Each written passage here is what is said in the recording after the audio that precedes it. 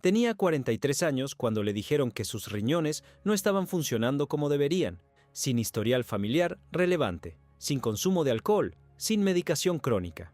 El único hábito que no había variado desde los 16 años eran las 4 tazas de café al día, a veces 5.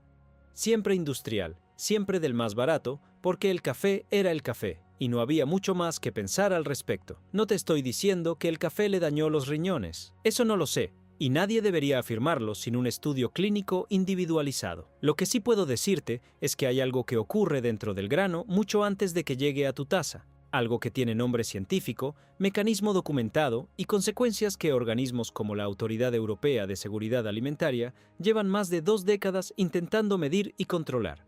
Y lo más probable es que nunca hayas escuchado hablar de ello. Se llama ocratoxina A, y el café es una de sus principales vías de entrada al organismo humano.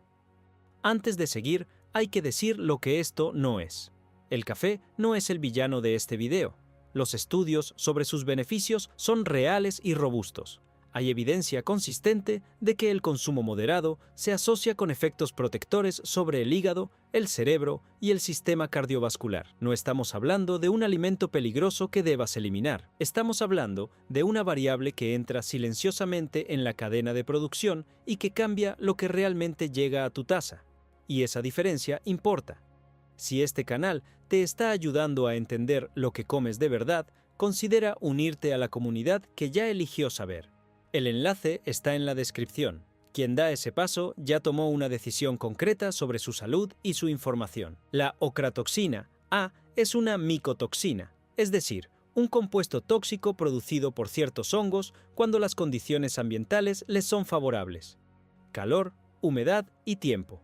El hongo que la genera en el café pertenece principalmente al género Aspergillus, especialmente las especies Aspergillus ocraceus y Aspergillus carbonarius. No son hongos exóticos ni infrecuentes. Habitan en suelos tropicales, prosperan en ambientes de alta humedad, y las regiones donde se cultiva café, desde Centroamérica hasta el sudeste asiático pasando por África, son exactamente el ambiente que necesitan para crecer. En términos de lo que hace en el cuerpo, la ocratoxina A actúa principalmente sobre los riñones. Es nefrotóxica, lo que significa que puede dañar las células renales con exposición sostenida. La Agencia Internacional para la Investigación sobre el Cáncer la clasifica en el grupo 2B, que corresponde a sustancias posiblemente carcinogénicas para los seres humanos. No es una certeza absoluta, es una clasificación de precaución basada en evidencia animal suficiente y evidencia humana limitada.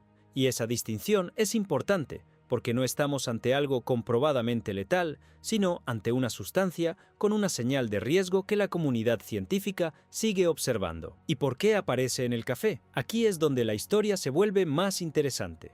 Según investigaciones publicadas en revistas especializadas de ciencia de alimentos y respaldadas por la Organización de las Naciones Unidas para la Alimentación y la Agricultura, la contaminación no ocurre en el campo mientras el fruto crece. No ocurre principalmente durante el transporte ni en el almacenamiento posterior. El momento más crítico es el periodo de secado después de la cosecha.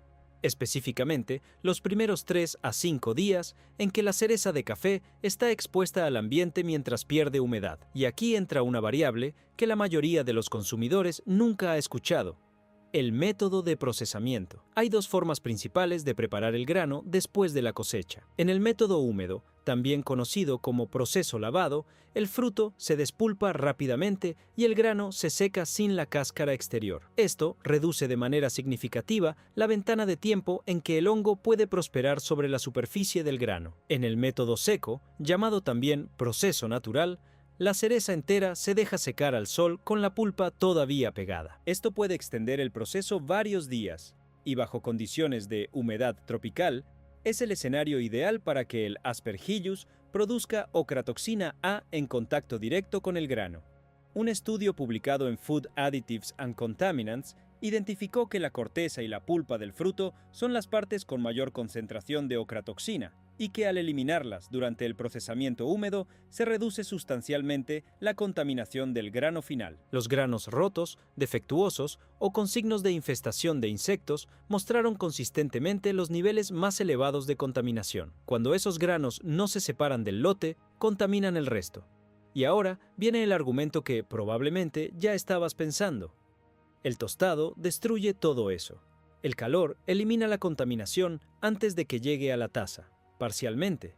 Y esa palabra cambia todo el razonamiento. Investigadores del Journal of Agricultural and Food Chemistry sometieron muestras de café verde naturalmente contaminadas a distintas condiciones de tostado, desde ligero hasta oscuro, y midieron cuánta ocratoxina A sobrevivía. Los resultados mostraron que el proceso térmico puede reducir la concentración entre un 56 y un 97% dependiendo de la temperatura, el tiempo y, sobre todo, el nivel de contaminación inicial del grano. Un análisis que reunió los resultados de 9 estudios independientes encontró que la reducción promedio, en condiciones de tostado comercial estándar, fue de aproximadamente 69%. 69% suena tranquilizador. Pero hay un detalle que cambia la ecuación. Si el grano verde con el que empieza el proceso tiene niveles altos de contaminación, el residuo después del tostado puede seguir siendo significativo. La reducción porcentual es consistente, pero la cantidad absoluta que queda depende de cuánto había al principio. Un grano muy contaminado, que reduce su contenido en 69%, sigue siendo un grano con carga residual. Hay una categoría donde esto se concentra aún más: el café soluble. Un estudio publicado en el Journal of Agricultural and Food Chemistry analizó todo el proceso de fabricación del café instantáneo de principio a fin y encontró que el polvo final retenía aproximadamente 13% de la ocratoxina originalmente presente en el grano verde. Parece poco, pero 13% de un nivel alto de partida no es cero, y la Comisión Europea lo reconoció de manera explícita cuando en 2022 publicó una regulación para reducir los límites máximos permitidos de ocratoxina A específicamente en café tostado y en café soluble, precisamente porque la revisión científica más reciente sugería que los límites anteriores ya no eran suficientemente conservadores. La Autoridad Europea de Seguridad Alimentaria publicó en 2020 una actualización de su evaluación de riesgos sobre la ocratoxina A en alimentos. Su conclusión fue que los márgenes de exposición para los efectos carcinogénicos de la sustancia representan una posible preocupación de salud para ciertos grupos de consumidores. No es una alarma de emergencia. Es una señal de que el tema sigue siendo activo, revisado y ajustado por los organismos que tienen la responsabilidad de vigilarlo. ¿Qué significa esto para quien toma 3 o 4 tazas al día? Una revisión sistemática global sobre ocratoxina A en café, que compiló datos de múltiples países y tipos de café, concluyó que en la mayoría de los escenarios de consumo típico, la ingesta diaria estimada permanece por debajo de los umbrales de toxicidad establecidos por el Comité Conjunto de Expertos en Aditivos Alimentarios de la FAO y la OMS. Es decir, bajo consumo normal con granos de calidad razonable, el riesgo directo no es catastrófico. Pero esa conclusión tiene una condición implícita que rara vez se menciona: granos de calidad razonable. El origen, el método de procesamiento y las condiciones de almacenamiento determinan de manera directa cuánta ocratoxina A llega al grano verde antes de que el tostado entre en acción. Y el consumidor promedio no tiene forma de saberlo mirando solo el empaque. Entonces, ¿qué puedes hacer con esto?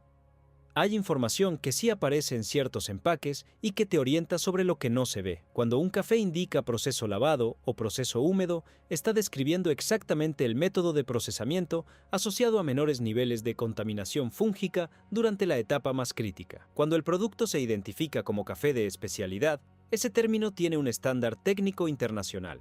Los granos fueron evaluados con criterios rigurosos que incluyen la exclusión de granos defectuosos, que son los que muestran mayor incidencia de contaminación según la literatura científica. El café a granel sin información de origen, sin método de procesamiento declarado, mezclado de múltiples procedencias sin trazabilidad, es el producto con mayor variabilidad en lo que puedes encontrar dentro. No es necesariamente el más contaminado en todos los casos, pero es el que menos información te da para saberlo. Esto no es un argumento para gastar más. Es un argumento para leer diferente. El café es parte de la vida diaria de cientos de millones de personas. No va a desaparecer de la cultura ni debería desaparecer de tu taza. Lo que puede cambiar es la pregunta que te haces cuando lo eliges. No solo el precio y el sabor, también el proceso.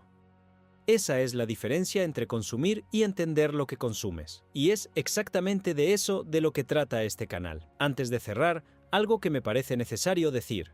Todo lo que escuchaste aquí está basado en literatura científica publicada y revisada por instituciones internacionales. No es diagnóstico, no es consejo médico, no es orientación nutricional individual. Si tienes condiciones de salud que podrían estar relacionadas con lo que aquí se explicó, la conversación más valiosa es la que tengas con alguien que te conozca a ti, no solo el tema. Eso siempre va a valer más que cualquier video.